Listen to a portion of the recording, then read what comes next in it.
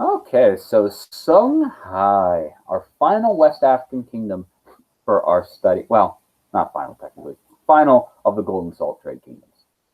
Now, Songhai, just like how Mali was part of Ghana, Songhai was part of Mali. And it ruled with relative autonomy.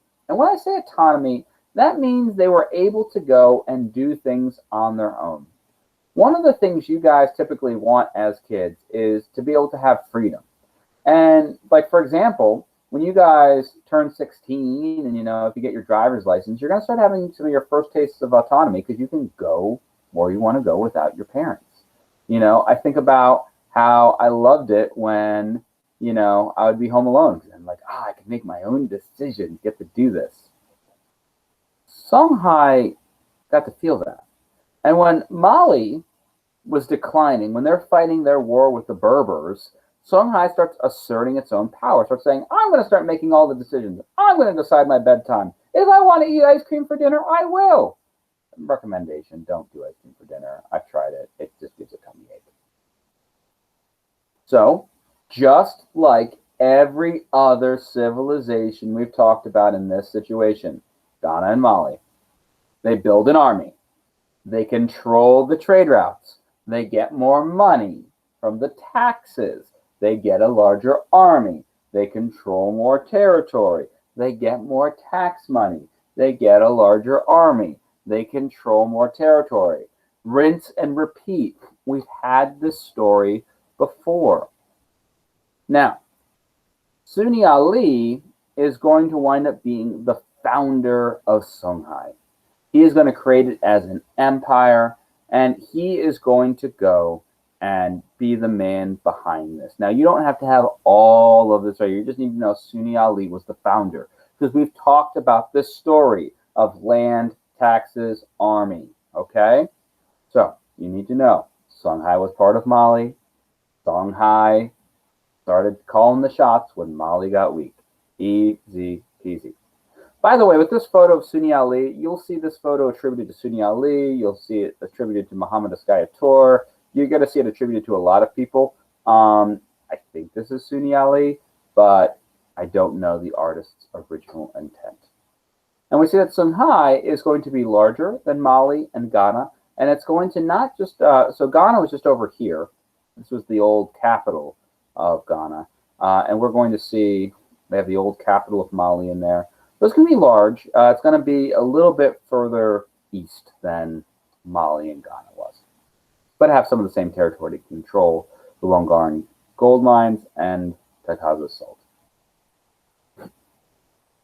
Now, Sunni Ali will die 1492, the same year Christopher Columbus sails the ocean blue, and his son is going to take over. Now, Sunni Ali was Muslim. His son really didn't follow his faith. And many of the people of Songhai were Muslims. And what we're going to wind up having is a coup d'etat. One of Sunni Ali's generals, Askaya Muhammad Tur, he is going to go and say that this guy was not following the religion well enough. He's going to lead his people to downfall. So he winds up having a coup d'etat, meaning he overthrows power and makes himself the king of Songhai. Now, Askaya Muhammad Tur is going to be a bit of an extremist with his faith, though. He basically told people, you either convert or die, which does not really go along with how historically Islam was, where it was, just a religion many people accepted through trade and everything like that. And he is going to go make Sharia law the law of Songhai. So just the laws from the Quran. He's going to get rid of a lot of the traditional law codes from before. Gao is going to be their capital. It's going to be a center of learning and trade. Honestly, you can omit these two bullets right here. You don't super duper need them. It's just interesting stuff. Askaya Muhammad Tur, he will go on a Hajj as well. He's actually going to bring materials back so he can have his tomb constructed with things from Mecca. But what we need to realize is much like Ghana having the Almoravids attack, much like Mali having the Berbers attack, the Moroccans, North Africans, are going to attack Songhai. Um, and this one is going to not even have a chance for Songhai to win because you see, the Moroccans traded with the Portuguese. The Moroccans had a fancy new thing called the gun. And as we talked about at the Battle of Calderon, as we've talked about through history in general, when one army has guns and the other army does not, the army with guns is going to win. So the Moroccans want the trade routes, and they take the trade routes from Songhai, and that is the end of Songhai, my dear cherubs. So, all three kingdoms rose to power, controlling the golden salt trade, taxing it. All three kingdoms, ironically, will fall to North African invaders. But it's kind of crazy, like how we have this perfect symmetry between all three civilizations. Kind of crazy how that happened. By the way, I love the lava lamp. That's so cool. I've never had one. I've always wanted one. I watched a YouTube video, I think last week, on how lava lamps work, and it was utterly fascinating. I know it doesn't sound fascinating, but it was. It was cool.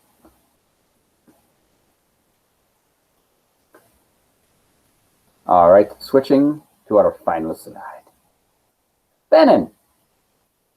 Now, Benin is going to be the empire in the rainforest, and it's pretty cool. We're going to see all sorts of cool wooden masks from Benin, and some of this kind of thing we're going to wind up seeing through a lot of museums. Like if you go to the Walters, you get a lot of cool masks from Benin that you can see there. And this kingdom really was kind of, for a long time, isolated from the other African kingdoms. They stuck to themselves. And they're going to go and have, lots of wonderful art.